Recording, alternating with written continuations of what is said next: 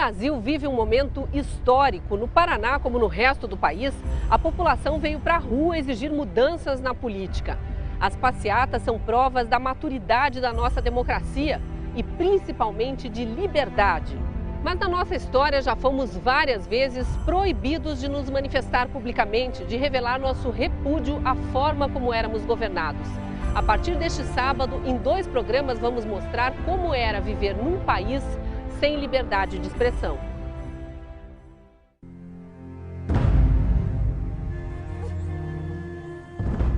Prisões arbitrárias, interrogatórios sob ameaça, castigos físicos, assassinatos cometidos por agentes do Estado.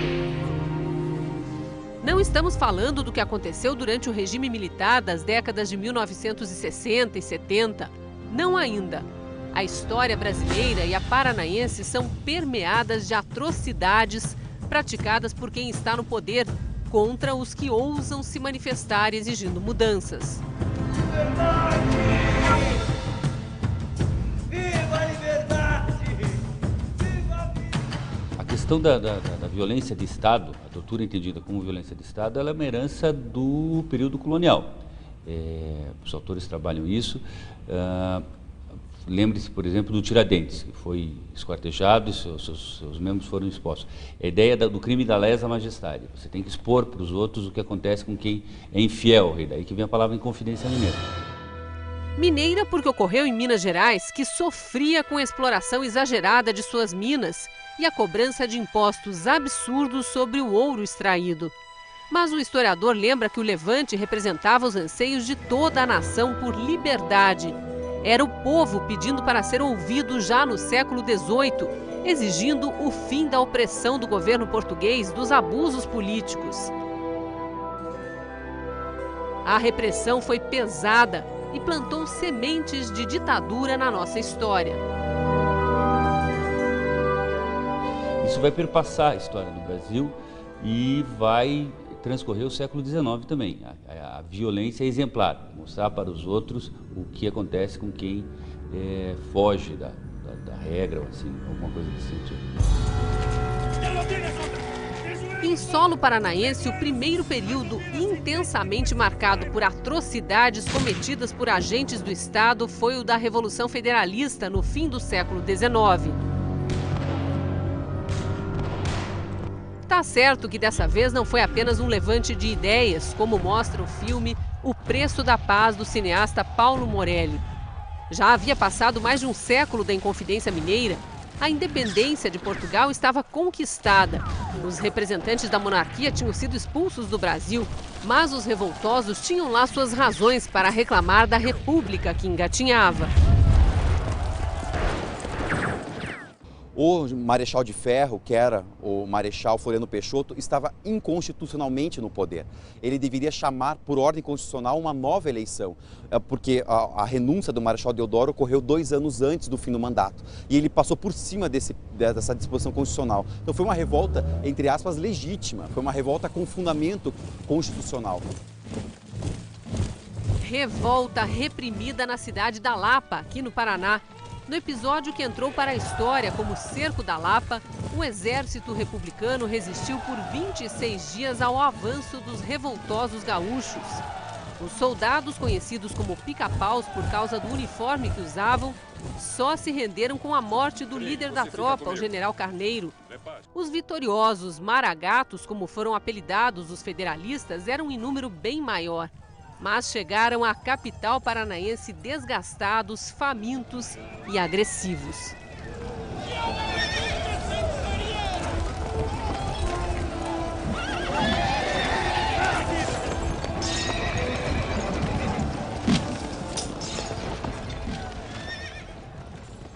Foi nesta época que Curitiba conheceu a tortura. A Revolução Federalista apresentou a uma população pacata as técnicas cruéis e desonestas de se obter informação do inimigo.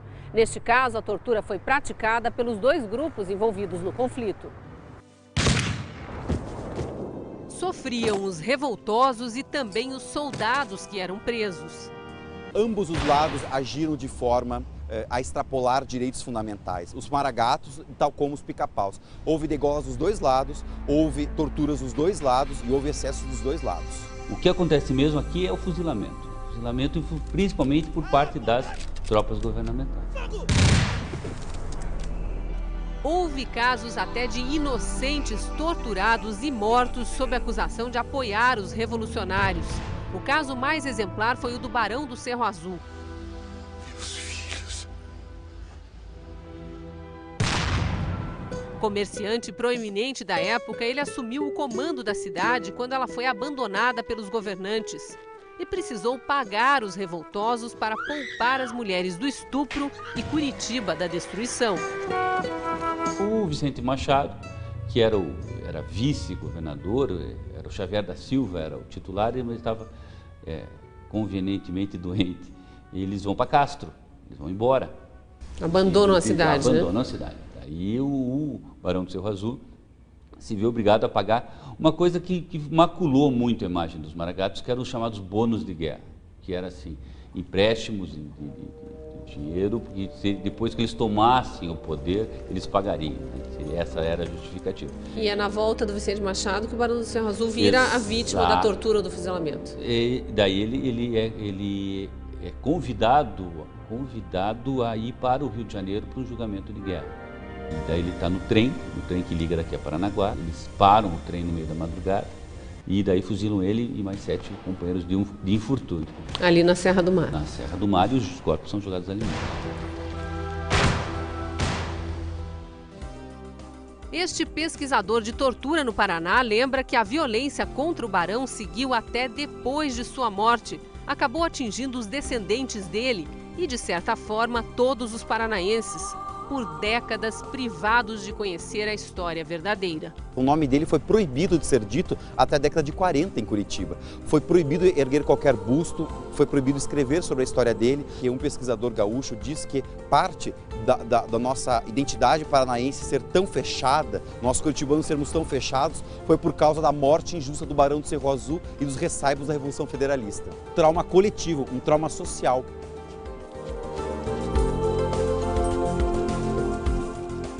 A seguir, a lembrança da mulher que conviveu com a repressão na década de 30.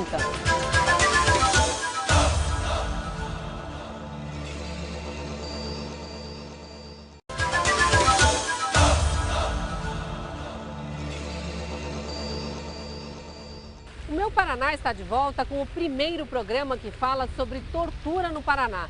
Agora você vai conhecer a história de uma família de Paranaguá que decidiu enfrentar a opressão de quem estava no poder na primeira metade do século XX.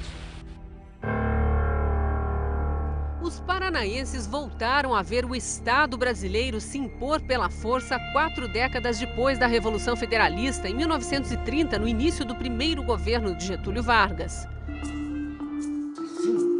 Quem viveu aquele período ainda lembra da repressão aos que ousassem contrariar o regime. O que seu pai fazia que incomodava a polícia do Getúlio? Olha, papai, eu falava pelos cotovelos. Grande orador, empolgava todos.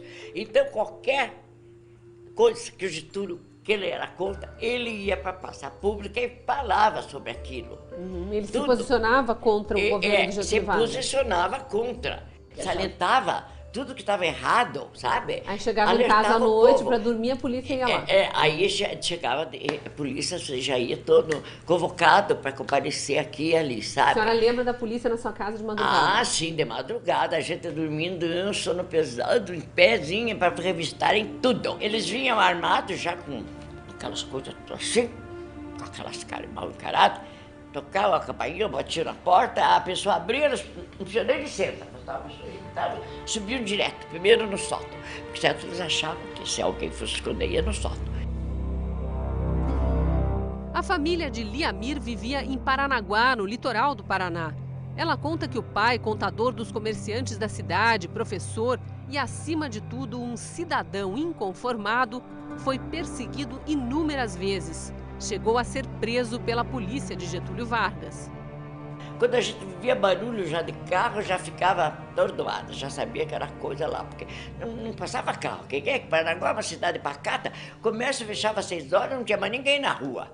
barulho de carro lá em casa, só podia ser a polícia, né? E papai fez um discurso dizendo que dentro do próprio palácio do governo tinham espiões. Tinham espiões lá dentro. Aí chamaram ele para ele se explicar quem eram os espiões, o que ele sabia, para ele provar. Aí os que se sentiram melindrados vieram buscar ele para trazer para Curitiba, para a delegacia. E quando eles traziam as pessoas, eles sumiam. Ela diz que o pai conseguiu ser solto porque tinha amigos influentes, mas que tentaram até plantar provas dentro da casa da família para incriminá-lo.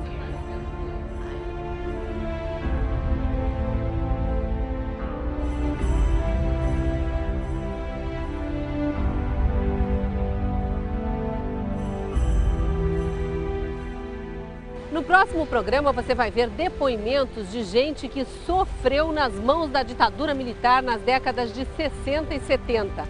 Reveja esse programa no nosso site. Boa tarde, bom fim de semana.